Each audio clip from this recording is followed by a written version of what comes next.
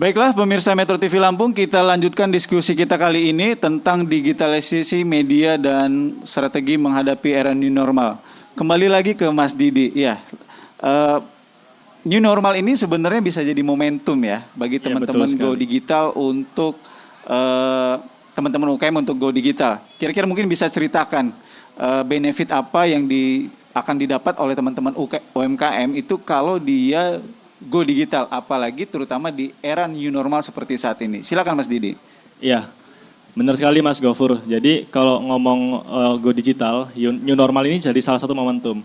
Benefit apa sih yang kita dapat ya? Yang pertama pasti kita akan memperoleh pasar baru. Kenapa? Mungkin selama ini teman-teman UMKM ini jualannya offline gitu, hanya di rumahnya atau di tokonya gitu, yang konsumennya hanya tetangganya, orang depan rumah atau mungkin teman-teman kerabatnya saja gitu. Tapi saat mereka go online, itu produk dia akan dilihat oleh seluruh orang di Indonesia yang menggunakan internet seperti itu.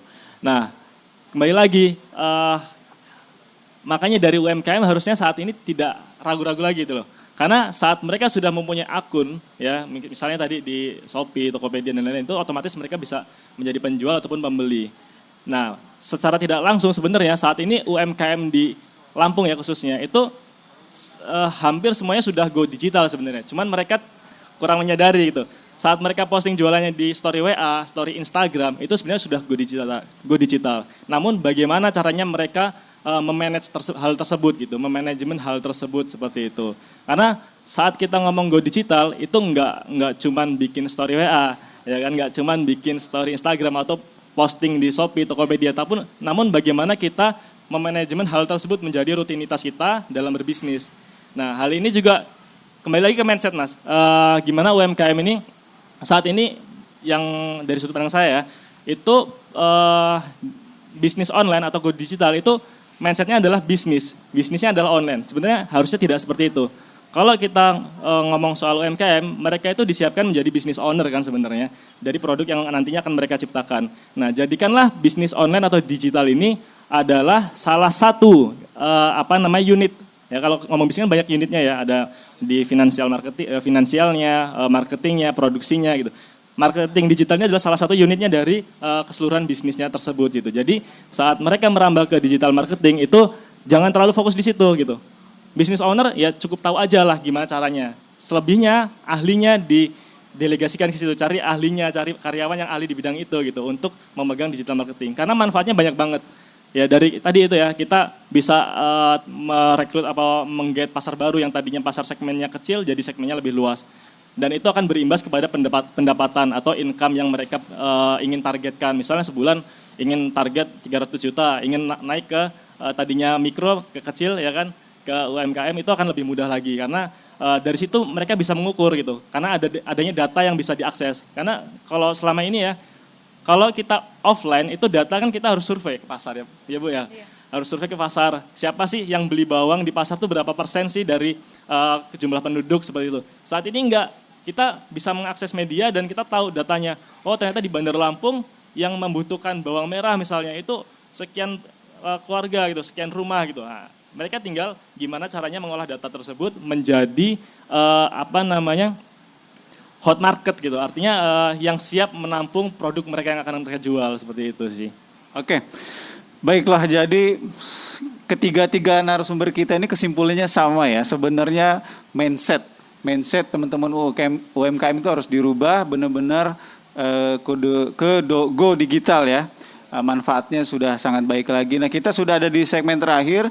Bu Asri kira-kira bisa kasih sedikit closing testimoni kepada teman-teman UMKM khususnya kira-kira seperti apa ke depan supaya ya mereka juga bersemangat untuk go digital. Okay. Kalau BI mungkin punya datanya perbedaan kalau yang omsetnya konvensional dan digital berapa mungkin juga bisa disampaikan supaya teman-teman bisa menyadari wah kalau digital itu ternyata dampaknya luar biasa terutama ke omset, karena kalau pebisnis kan pasti bicara omset. Iya. Silakan Baik, Bu. terima kasih. Jadi kalau dibilang statement terakhir yang maksudnya untuk segmen ini, maka saya bilang UMKM Go Digital itu tuh keniscayaan Mas. Mau nggak mau, suka nggak suka ke depan, itu kita akan bersinggungan dengan digitalisasi begitu. Jadi kalau misalkan nanti UMKM tetap rigid atau nggak mau berubah gitu, maka dia akan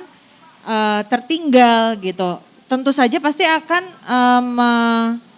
mempengaruhi omset penjualan dia gitu. Dimana kalau teman-temannya udah masuk ke suatu platform digital atau e-commerce, dia akan dengan mudah one click away bisa melakukan transaksi, bisa mengakses produk-produknya. Tapi bagi yang mereka offline dan memang belum tersentuh digitalisasi, maka ya sudah konvensional seperti itu saja. Kalau untuk omset penjualan itu memang kalau dari testimoni nih Mas, kalau BI sendiri untuk granular datanya belum ada. Kalau dari testimoni yang sudah masuk onboarding UMKM-nya Bank Indonesia, itu penjualannya bisa naik 2-3 kali lipat ketika dia terhubung dengan e-commerce begitu. Karena apa? Karena pasarnya menjadi lebih luas. Kalau misalkan dia toko offline-nya di Lampung, dia hanya berjualan di Lampung ya yang bisa mengakses produk tersebut ya hanya orang-orang di sekitar dia atau di Lampung, di wilayah Lampung. Tapi ketika dia terekspos atau masuk ke dalam satu platform e-commerce, maka dari seluruh Indonesia bisa mengakses produk dia begitu. Jadi kesempatan dia untuk bisa mendapatkan customer dari luar daerah lebih banyak, kemudian dikenal oleh orang-orang lebih banyak begitu. Jadi kalau dari testimoni 2-3 kali lipat omsetnya meningkat. Mungkin itu.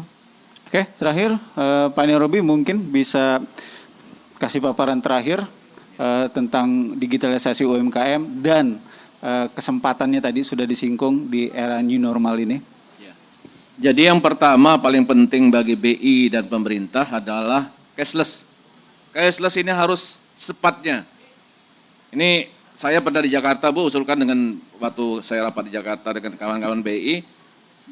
Pertamina itu, SPBU pengisian bensin itu sekarang harusnya nggak boleh lagi pakai uang cash. Itu mudah sekali kok ya, tapi masih pakai cash. Usahakan kalau cashless itu semakin besar, otomatis digitalisasi semakin besar.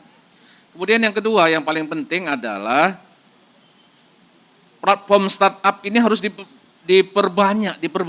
Pemerintah itu justru di situ mendorong agar anak-anak muda yang kreatif dan sebagainya ini untuk membuat platform digital startup. Contoh paling sederhana. Kenapa kita mau ke pasar tengah? Karena di pasar tengah ramai kan. Ramai sekali di pasar tengah itu. Ada satu produk itu tokonya macam-macam gitu loh.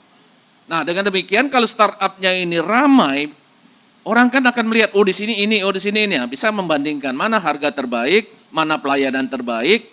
Tadi saya ngomong star seller. Sekarang saya sudah percaya, saya ngerti star seller itu ternyata nggak pernah bohong, gitu loh. Jadi akan muncul platform-platform yang banyak sehingga karyawan-karyawan dari platform ini akan mencari pasar. Siapa sih orang yang bisa, kalau dia nggak punya pasar kan repot, maka dia bergerak untuk mencari penjual-penjual production yang bisa memberikan produk kepada dia. Dia akan semakin gesit, maka akan muncul ini digitalisasi yang lebih cepat dibandingkan dengan apa yang kita harapkan ke depan. Nah, dalam masa new normal inilah mungkin seharusnya pemerintah memberikan insentif bagi anak-anak muda untuk mendirikan startup yang tadi itu. Saya pikir demikian, Mas Gafur. Iya. Jadi demikianlah pemirsa Metro TV Lampung, telah kita ikuti bersama talkshow spesial HUT Lampung Pos yang ke-46 tentang digitalisasi media dan strategi menghadapi digitalisasi UMKM dan strategi menghadapi new normal. Kepada para narasumber yang sudah hadir dalam diskusi kita kali ini, saya ucapkan terima kasih. Pemirsa Metro TV Lampung, kita akan bertemu kembali dalam talkshow dan diskusi selanjutnya tentu saja dengan tema dan narasumber yang berbeda. Saya Abdul Ghafur beserta seluruh kerabat kerja Metro TV Lampung mengucapkan terima kasih. Sampai jumpa.